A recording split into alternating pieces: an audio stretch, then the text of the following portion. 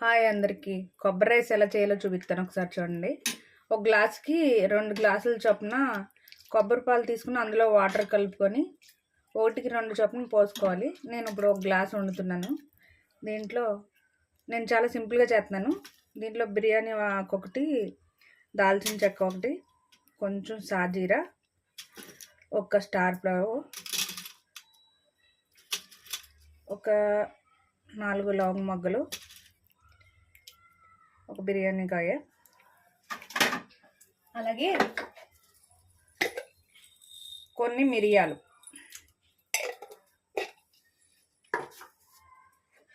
Salt సరిగ్గా సమానంగా చూసుకొని వేసుకోండి.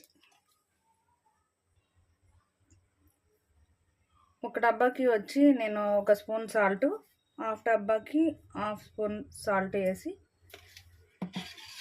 దీన్ని కలుపుకొని నేను కుక్కర్లో పెట్టేస్తాను. ఒక 5 విజిల్స్కి ఇది ఉడికిపోద్ది. ఉడికిన తర్వాత చూపిస్తా.